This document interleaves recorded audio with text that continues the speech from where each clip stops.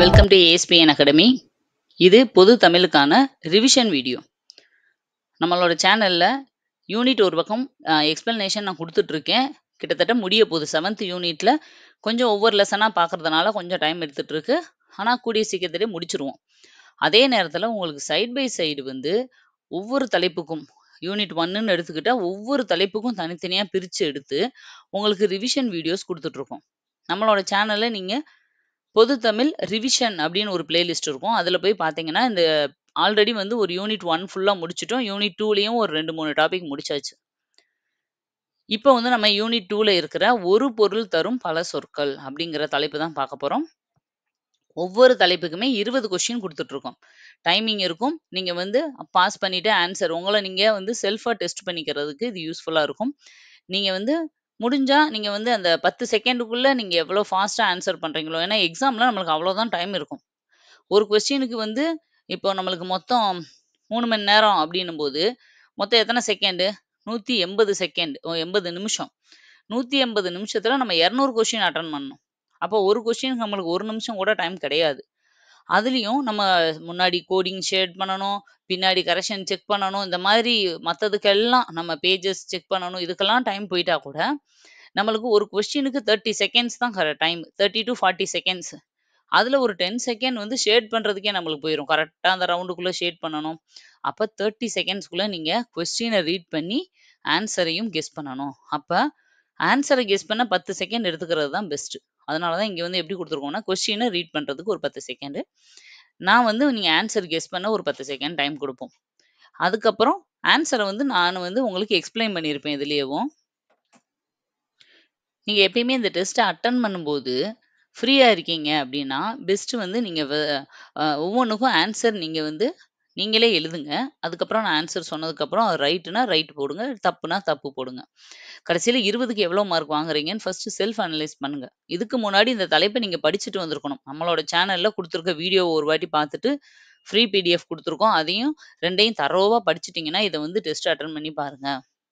Full mark எடுக்கிற வரைக்கும் இந்த டெஸ்ட்ட திரும்ப திரும்ப நீங்க பண்ணிக்கிட்டே இருக்கணும். ஏன்னா 20 கொஸ்டினும் 20 பேட்டர்ன்ல நான் குடுத்துருப்பேன். இத தாண்டி ஒரு பேட்டர்ன்ல எக்ஸாமுக்கு வர்றதுக்கு சான்சஸ் கிடையாது. ஆல்ரெடி உங்களுக்கு வந்து இந்த தலைப்பு வந்து எக்ஸ்பிளனேஷன் குடுத்த வீடியோல ஒரு தேர்வு நோக்கில்ன்னு சொல்லி ஒரு 5 கொஸ்டின் குடுத்துருப்பேன். அப்போ ஒவ்வொரு தலைப்புக்கும் 25 கொஸ்டின் நீங்க பிராக்டிஸ் பண்ணிடுறீங்க. அப்போ இதிலிருந்து தான் கொஸ்டின் வந்து 100% வரதுக்கு சான்சஸ் அதிகம். ஒருவேளை நீங்க டிராவல்ல இருக்கீங்க, என்னால வந்து டெஸ்ட் மாரி போட்டு பார்க்க முடியாது மேடம் அப்படின்னா, நீங்க காதுல கேட்டுக்கிட்டே சொல்லி பாருங்க. ஆன்ஸர ஒவ்வொன்னுக்கும். இதுக்கு இந்த ஆன்ஸர், இந்த ஆன்ஸர். எனக்கு 10 செகண்டுக்குள்ள ஆன்ஸர் பண்ண முடியல மேடம் அப்படின்னா, பரவால்ல வீடியோவ பாஸ் பண்ணிட்டு ஆன்ஸர கண்டுபிடிங்க ஃபர்ஸ்ட்டு. அப்புறம் அந்த 10 செகண்டுக்குள்ள ஆன்ஸர் பண்ண கொஞ்ச நாள் கழிச்சு பிராக்டிஸ் ஆயிருவீங்க. அப்புறம் ஃபுல் மார்க் எடுக்க ட்ரை பண்ண ஆரம்பிச்சுருவீங்க அடுத்து. ஒரு வாட்டி என்ன பண்றீங்கன்னா, நீங்க ஒவ்வொரு தலைப்பா படிச்சுட்டு ஒவ்வொரு டெஸ்ட்டா அட்டெண்ட் பண்ணி பாருங்க. அதுக்கப்புறம் ஒரு யூனிட் ஃபுல்லா படிச்சுட்டு வந்து, இந்த யூனிட்ல இருக்க எல்லா கொஸ்டினையும் மொத்தமா ஒரு 100, 150 கொஸ்டின் வருமா, அத எல்லாத்தையும் அட்டெண்ட் பண்ணி பாருங்க. இல்ல உங்களுக்கு தெரிஞ்ச யார்கிட்டயாவது குடுத்து, இந்த இது இந்த இந்த வீடியோல இருக்க கொஸ்டின் எல்லாம் என்னைய நீ கேளு. நான் உனக்கு ஆன்ஸர் பண்றேன் அப்படின்னு சொல்லி, ஒருத்தவங்கள வச்சு உங்க வீட்ல இருக்கவங்களோ, உங்க ஃப்ரெண்ட்ஸையோ வச்சு டெஸ்ட் பண்ணுங்க. குரூப்பா படிக்கிறீங்களா? ஒருத்தருக்கு ஒருத்தர் மாத்தி மாத்தி இத வச்சு கொஸ்டின் நீங்க எப்படி வேணாலும் இத யூஸ் பண்ணிக்கலாம். உங்களுக்கு எக்ஸ்பிளனேஷனும் குடுத்துட்டோம், பிடிஎஃப்பும் குடுத்துட்டோம். அதுக்கான ரிவிஷன் கொஸ்டின்ஸும் குடுத்துட்டோம். உங்களுக்குள்ள இத எப்படியெல்லாம் நீங்க திரும்ப திரும்ப பிராக்டிஸ் பண்ண முடியுமோ, அத நீங்க யாரு அது பண்றாங்களோ, அவங்க ஈஸியா வந்து பாஸ் பண்ண முடியும். அந்த ஹிண்ட்டும் நான் குடுத்துட்டேன். ஐடியாவும் குடுத்துட்டேன். சரியா? சரி. இப்போ நம்ம இந்த வீடியோக்குள்ள போலாம். இந்த வீடியோல நம்ம பார்க்க போறது நான் ஆல்ரெடி சொன்ன மாதிரி தான். ஒரு பொருள் தரும் பல சொற்கள் அப்படிங்கிற தலைப்புல இருந்து. ஃபர்ஸ்ட் கொஸ்டின் பாருங்க.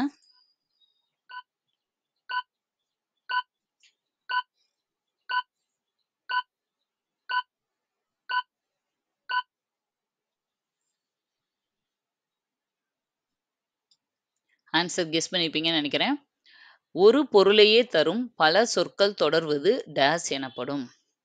நெறைய சொற்கள் இருக்கும். ஆனா எல்லாத்துக்கும் ஒரே மீனிங் தான் இருக்கும். இதுக்கு என்ன அர்த்தம்? இப்ப ஓரெழுத்து ஒரு மொழி, ஒரு பொருள் பன்மொழி, ஓரெழுத்து இருமொழி. பார்க்க எல்லாமே ஒரே மாதிரி இருக்கும். பட் ஆன்சர் எது? ஒரு பொருள் பன்மொழி. ஒரே ஒரு பொருள் இருக்கும். ஆனா பன்மொழின்னா என்னது? மொழி, பதம், கிளவி எல்லாமே சொல்லுன்ற அர்த்தம் நான் சொல்லியிருக்கேன். அப்ப பல சொற்கள். பன்மொழி அப்படிங்கிறது பல சொற்கள். நெக்ஸ்ட் கொஸ்டின் பாருங்க.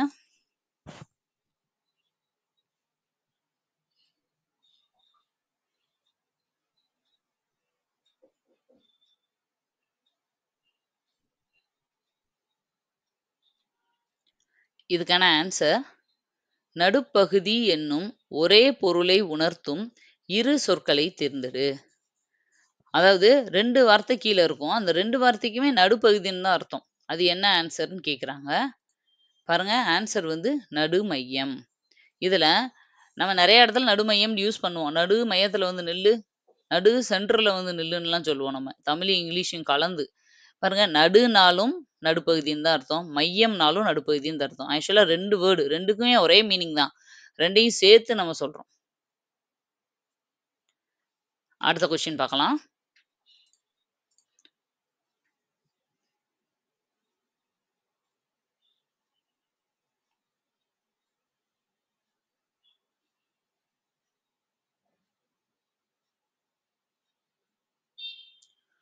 இதுக்கான ஆன்சர் பாருங்க. பொருள் இருசொல் பிரிவில வரையார் என்னும் மேற்கோள் அமைந்துள்ள நூல் எது? இப்ப இந்த மேற்கோள் வந்து எந்த நூல்ல அமைஞ்சிருக்கு அப்படின்னு கொஸ்டின் கேட்டிருக்காங்க. நீங்க நினைப்பீங்க, இதெல்லாம் நாங்க எங்கேருந்து மேம் படிக்கணும்? நாங்க ஒரு சொல் இது மட்டும் தான் படிச்சிருக்கோம். சும்மா ஒரு 100, 200 சொல்லும் அதோட மீனிங்கா படிச்சுட்டு வந்திருக்கோம் அப்படின்னா, அப்படி படிக்கக்கூடாது. அது வேஸ்ட்டுன்னு நான் சொல்லியிருக்கேன். உங்களுக்கு அந்த தலைப்புனா என்ன? அந்த தலைப்போட விளக்கம் என்ன? அதுல என்னென்ன வகைகள் இருக்கு? அது சம்மந்தப்பட்ட பழைய நூல்கள்ல தொல்காப்பியத்திலயும், நன்னூல்லையும், வீரசோழியம் இது எல்லாமே இலக்கண நூல்கள் தான். அந்த நூல்கள்ல அது அந்த தலைப்பு சம்மந்தமா என்ன வந்து மேற்கோள் குடுத்துருக்காங்க. இது எல்லாமே தெரிஞ்சிருக்கணும். இந்த மேற்கோள் இது எல்லாமே கவர் பண்ற மாரி தான் நான் வீடியோ குடுத்துருப்பேன்.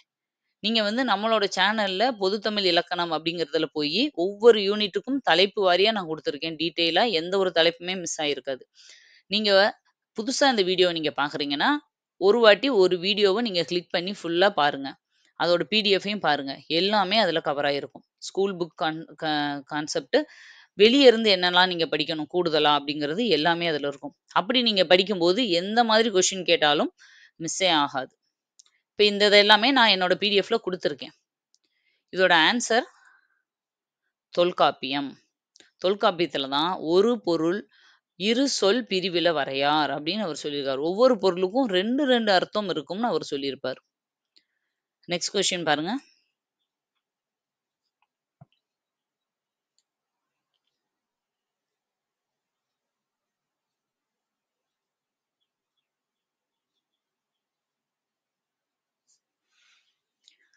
இதுக்கான ஆன்சரு ஒரு பொருள் டேஸ் என்று தொல்காப்பியமும், ஒரு பொருள் டேஸ் என்று நன்னூலும் குறிப்பிடுகிறது. இதிலே 2 கொஸ்டின் வந்துருது.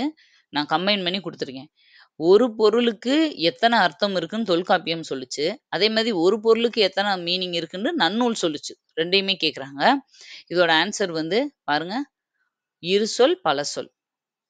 ஒவ்வொரு பொருளுக்கும் 2, 2 அர்த்தம் இருக்குன்னு தொல்காப்பியர் சொல்லிட்டு போயிட்டாரு. ஏன்னா தொல்காப்பியத்துக்கு அப்புறம் வந்தது தான் நன்னூல். ஆனா நன்னூலார் என்ன சொல்றாரு அப்படின்னா, அப்படியெல்லாம் கிடையாது. ஒரு பொருளுக்கு பல சொற்கள் இருக்கு. இத்தன தான் அப்படின்னு நம்ம சொல்ல முடியாது. இரு பொருளும் இருக்கலாம், பல சொற்களும் இருக்கலாம்னு நன்னூல்ல சொல்லப்பட்டிருக்கு. 5த் கொஸ்டின் பாருங்க.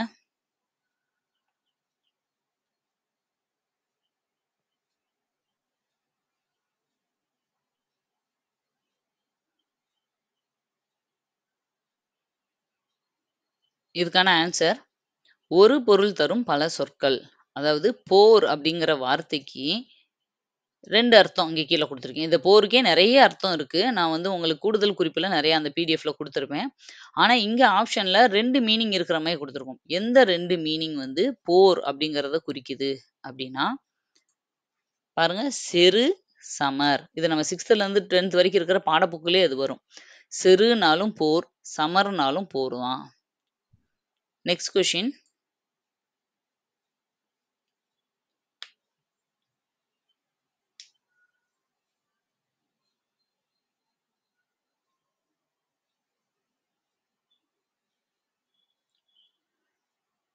இதுக்கான ஆன்சர் பார்க்கலாம். மரம், விலங்கு, பெரிய, அழகு, வண்டு என பொருள் தரும் ஒரு சொல்லை தேர்ந்தெடு. இத்தன மீனிங்கும் குடுக்கும். ஆனா, ஒரே ஒரு எழுத்து தான். ஓர் எழுத்து, ஒரு மொழி தான். அந்த ஒரு எழுத்துக்கு இத்தன அர்த்தம் இருக்கு. இது மட்டும் கிடையாது. இன்னும் நெறைய வரும். தமிழ் பாட புக்ல நெறைய குடுத்துருப்பாங்க. உங்களுக்கு கூடுதல் குறிப்பிலையும் நான் இன்னும் கொஞ்சம் எக்ஸ்ட்ராவே குடுத்துருப்பேன். நீங்க அதெல்லாமே ரீட் பண்ணி பார்த்துக்கோங்க. எந்த ஒரு எழுத்துக்கு இத்தன மீனிங் அப்டின்னா, மா.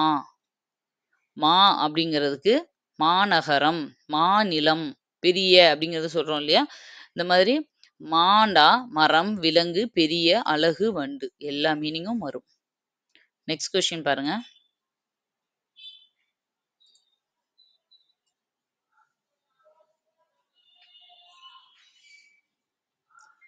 இதுக்கான ஆன்சர் பார்க்கலாம்.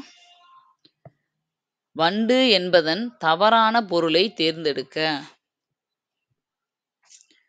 வண்டு அப்படிங்கிறதுக்கு இதுல இருக்க ஏதோ ஒரு 3 பொருள் வந்து சரியானதுதான். 1 மட்டும் தவறானது. அந்த தவறானது எது அப்படின்னு கேக்குறாங்க. ஆன்சர் பாருங்க. அரி, கரும்பு, மதுரகம், பழனம். இதுல அரி, கரும்பு, மதுரகம் எல்லாமே வண்டு அப்படிங்கிற மீனிங்ல வர்றதுதான். பழனம் அப்படிங்கிறது மட்டும்தான் தவறான சொல். இந்த பழனம்ன்றதுக்கு உண்மையான மீனிங் என்ன அப்படிங்கிறத கீழே கமெண்ட்ல சொல்லுங்க. இந்த மீதி 3மே வண்டு அப்படிங்கிறதுக்கான நேரடி பொருள். நெக்ஸ்ட் கொஸ்டின் பார்க்கலாம்.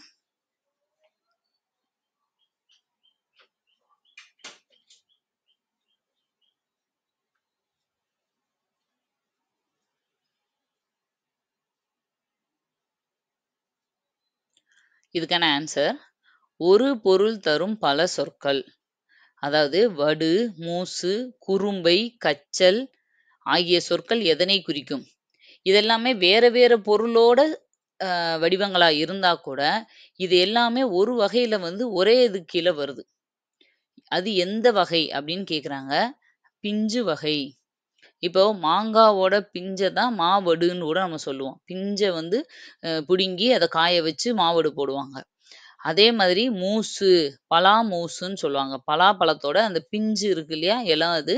அதான் பலா மூசு. இந்த மாதிரி எல்லாத்துலயும் ஆம், சின்னது இளம் வயசுல பிஞ்சா இருக்கிறத தான் வந்து இந்த வார்த்தைகள்லாம் குறிக்குது. ஆக்சுவலா இது மாங்காவுக்கு வடு, பலாவுக்கு மூசு ஒவ்வொன்னுமே வேற வேற வகை. வேற வேற வெரைட்டியோடது. ஆனா எல்லாமே பிஞ்சு வகைன்ற குரூப்ல வரும்போது ஒரே வகையா மாறிருது. இந்த மாதிரி கூட கேட்பாங்க. ஒரு பொருள் தரும் பல சொற்கள்ல இப்படி கூட வரும். இது நீங்க தெரியணுன்றதுக்காக தான் இத குடுத்துருக்கேன். நெக்ஸ்ட் கொஸ்டின் பாருங்க.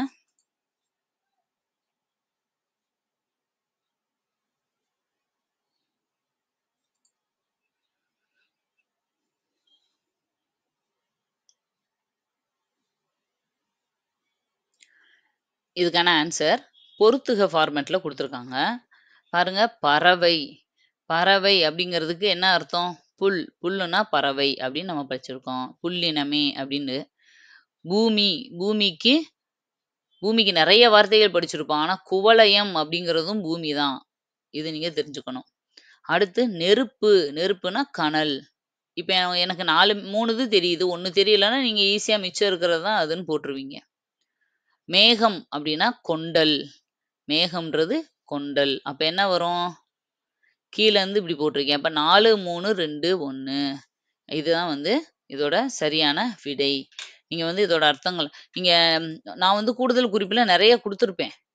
இவ்வளவையும் மனப்பாடம் பண்ணணும்னா பண்ணி தான் ஆகணும். ஏன்னா, அவங்க எத கேட்பாங்கன்னு நம்மளுக்கு தெரியாது. நீங்க வந்து அத மறக்காம இருக்கிறதுக்கு என்ன பண்ணிக்கலாம்னா, டெய்லி ஒரு வாட்டி எடுத்து ரீட் பண்ணி விடலாம். இல்ல உங்க ஃப்ரெண்ட்ஸ்குள்ள அதுக்கு வந்து ஏதாவது நீங்க அடிக்கடி வந்து அத டிஸ்கஸ் பண்ணி நீங்க ஞாபகம் வச்சுக்கிற மாரி பண்ணிக்கலாம்.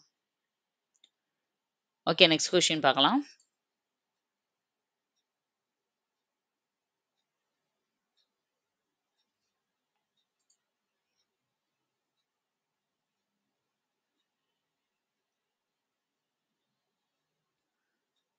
ஆன்சர் பாருங்க.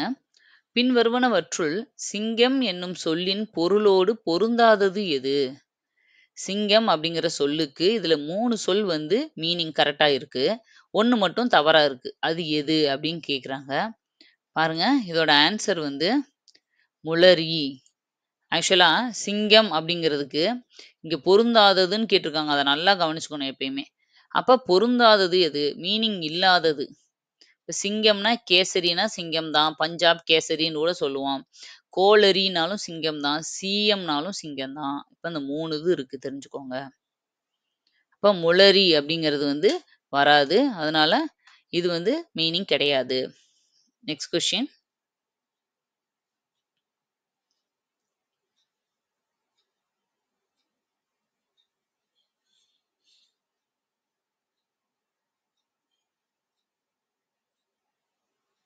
பாருங்க இதுக்கான ஆன்சரு.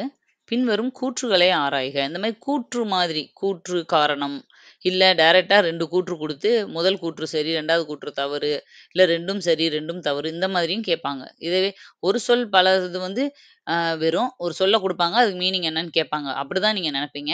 அப்படியெல்லாம் இல்ல. பொறுத்துகவா கேட்கலாம், பொருந்தாதது எதுன்னு கேட்கலாம், கூற்றுகளா கேட்கலாம், கூற்று காரணமா கேட்கலாம், சரியா தவறான்னு கேட்கலாம். இந்த மாரி எல்லா ஃபார்மேட்லயும் கேட்கலாம். ஃபில்லிங் த பிளாங்க்ஸ் மாரி கேட்கலாம். அதனால தான் எல்லா ஃபார்மேட்லயும் உங்களுக்கு எப்படி கேட்க சான்சஸ் இருக்குன்ற கொஸ்டின் நாங்க எடுத்து குடுக்குறோம். ஃபர்ஸ்ட் ஸ்டேட்மெண்ட் பாருங்க. குருதி, உதிரம், சோரி போன்றவை ரத்தம் என்னும் சொல்லின் பல பொருட்கள் ஆகும். குருதி, உதிரம், சோரி 3மே ரத்தம் அப்படிங்கிற சொல்லோட ஒரு மீனிங்ன்னு குடுத்துருக்காங்க. அடுத்தது ஆதி என்னும் சொல்லின் பொருளாக, ஆதி அப்படிங்கிற சொல்லுக்கு என்னென்ன பொருள்லாம் வரும் அப்படின்னா, முதல், ஆரம்பம், தொடக்கம் இது எல்லாமே வரும்ன்றாங்க. 2மே சரியானது தான். இதுதான் வந்து இதோட ஆன்சர். 1ம் சரி, 2ம் சரி. Next question.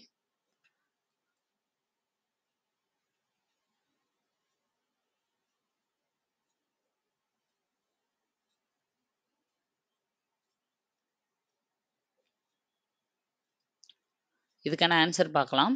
ஒரு சொல் பல பொருள் தருக. அணங்கு அப்படிங்கிற ஒரு வார்த்தைக்கு என்ன பொருள் அப்படின்னு கேட்டிருக்காங்க.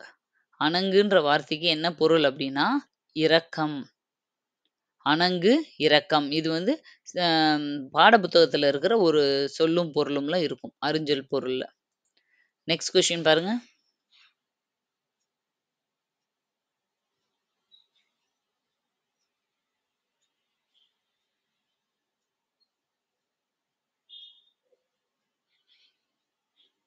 பாருங்க. வேலம் என்பதன் தவறான பொருளை தேர்ந்தெடு. வேலம் அப்படின்றா, அது என்ன அர்த்தம்னு கேட்கல. தவறான சொல் எதுன்னு கேட்குறாங்க. இப்ப பிடினாலும் யானை தான். களிறுனாலும் யானை தான். வேலம்னா யானை நம்மளுக்கு தெரியும். பெண் யானைன்றாலும் யானை வகையில தான் வருது. இப்போ இதுல வராதது எது? சிங்கம். சிங்கத்துக்கும், வேலத்துக்கும் சம்மந்தம் கிடையாது. வேலம்ன்றது யானை. அந்த யானையில அது பெண் யானையா இருக்கலாம், ஆண் யானையா இருக்கலாம். இல்ல களிறுன்றாலும் யானைன்ற வார்த்தை தான். வாரணம் அப்படின்னாலும் ஆ அதுவும் யானைய தான் குறிக்கும். வேலம் இது எல்லாமே. யானைக்கு மட்டுமே பல பெயர்கள் இருக்கும். ஒரு 20, 30 பேர் இருக்கும் தமிழ்ல. அது வந்து 11th யானை டாக்டர்ன்னு சொல்லி ஒரு லெசன் இருக்கும். அந்த லெசன்ல நீங்க பார்த்தீங்கன்னா, யானைக்கு நெறைய வந்து குடுத்துருப்பாங்க. 11th தமிழ் புக்ல வேணா பார்த்துக்கோங்க. இப்ப இதுக்கான ஆன்சர் வந்து சிங்கம் அப்படிங்கிறது தான் வேலத்தோட தவறான பொருள். நெக்ஸ்ட் கொஸ்டின் பாருங்க.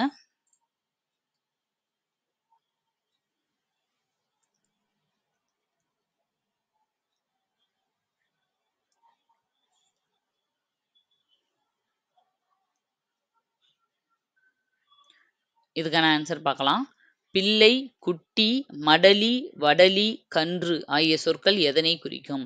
இப்ப இந்த வடு, மூசு இதெல்லாம் பார்த்தோம்ல, அதே மாதிரி தான். இதெல்லாம் ஒரு இது. இது எந்த வகையில வரும்னு கேட்குறாங்க. இப்ப பிள்ளை, குட்டி, கன்றுன்னு வந்துட்டாலே நம்மளுக்கு தெரிஞ்சிருது ஓரளவு. மடலி, வடலி நம்மளுக்கு தெரியாம இருக்கலாம். பட் மத்த இருக்கிறத வச்சு நம்ம கெஸ் பண்ண முடியும். இது வந்து என்னன்னா, இளம் விலங்கினம். ஏதோ ஒரு விலங்குகளோட குட்டி. அதாவது பிள்ளை பருவம். ஓகேவா? அப்ப இளம் விலங்கினம். பாருங்க தென்னை ஓலை வராது, இலைகள் வராது, இளம் பயிர் வகை வருமா? வராது. அப்ப நம்ம ஈஸியா வந்து இளம் விலங்கினம் தான் ஆன்சர்ன்னு கண்டுபிடிச்சிடலாம்.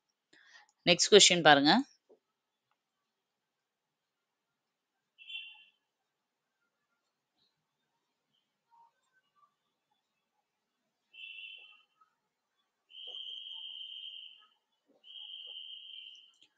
இதுக்கான ஆன்சர் சோறு என்னும் ஒரு பொருளுக்கான பல சொற்கள்.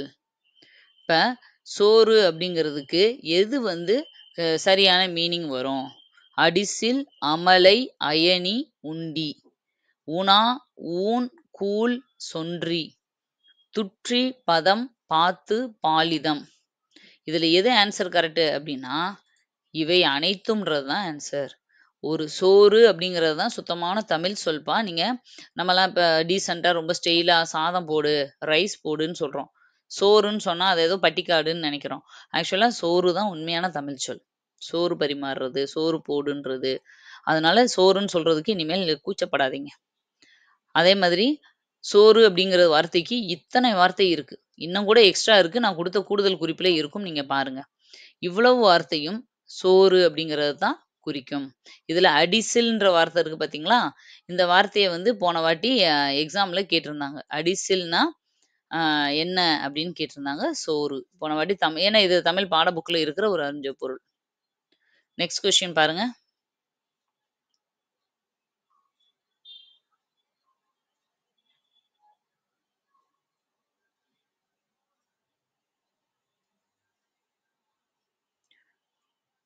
இந்த கொஸ்டினுக்கு ஆன்சரு சால, உரு, தவ, நனி, கூர், களி என்னும் சொற்களின் பொருள் யாது?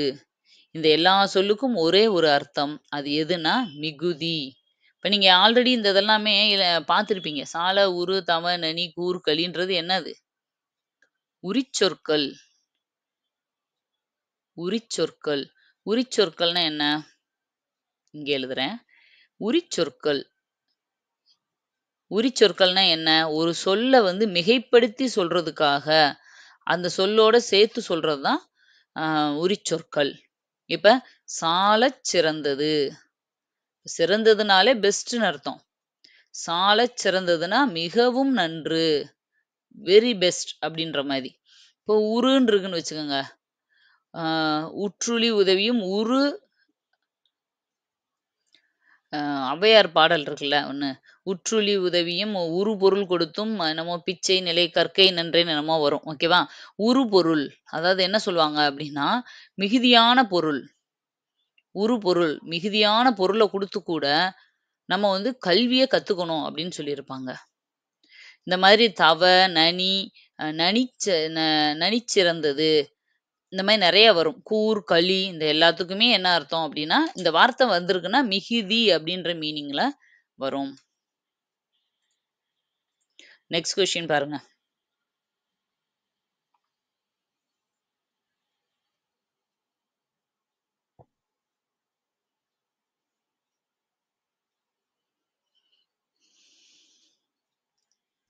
இதுக்கான ஆன்சர் அருள், பரிவு, கருணை ஆகிய சொற்கள் எதனை குறிக்கும்? நம்மள பார்த்தாலே தெரிஞ்சிருது. கருணை அப்டின்ட்டாலே என்ன வந்துரும்? இரக்கம் தான் வரும். அன்பு, வறுமை, உதவி எல்லாம் வராது. அப்ப அருள், பரிவு, கருணை இந்த 3ம் இரக்கம் அப்டிங்கிறதோட சொல். இந்த மாரி எளிமையா கூட கேட்கலாம். நெக்ஸ்ட் கொஸ்டின் பாருங்க.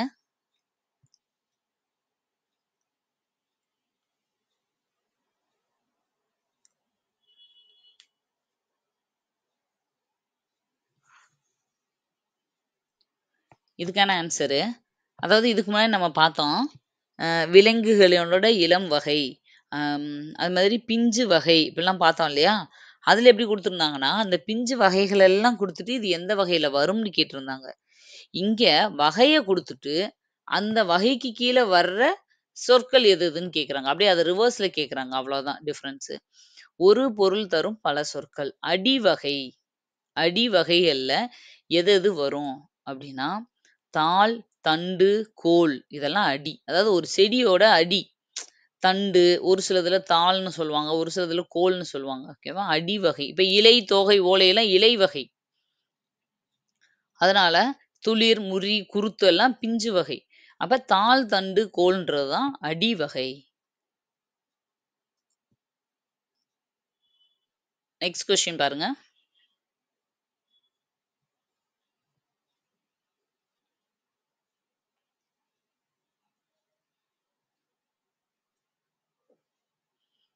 இந்த கொஸ்டின் என்னன்னு பாருங்க.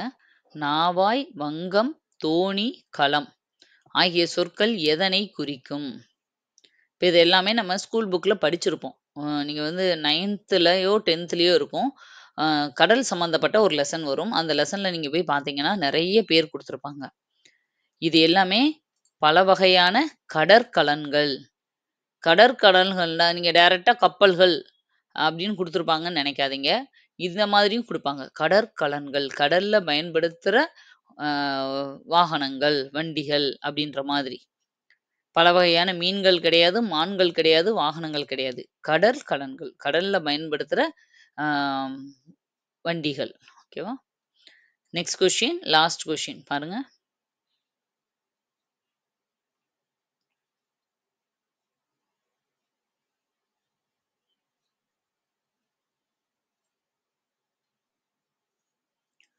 இதுக்கான ஆன்சர் ஒரு பொருள் தரும் இரு சொற்கள் தருகள். பியோன் அப்படிங்கிற ஒரு வார்த்தை. இந்த வார்த்தைக்கு என்ன அர்த்தம் இருக்கும்? கீழ இருக்கிறதுல எந்த வார்த்தை வந்து சரியானது அப்படின்னு கேட்குறாங்க. இது வந்து படிக்காம உங்களுக்கு தெரிஞ்சிருக்காது. நீங்க கூடுதல் குறிப்பில படிச்சிருந்தீங்கன்னா உங்களுக்கு ஈஸியா இருக்கும். ஏன்னா பியோன்ற வார்த்தை மோஸ்ட்லி நம்ம வந்து கேள்விப்படாத ஒரு வேர்டு.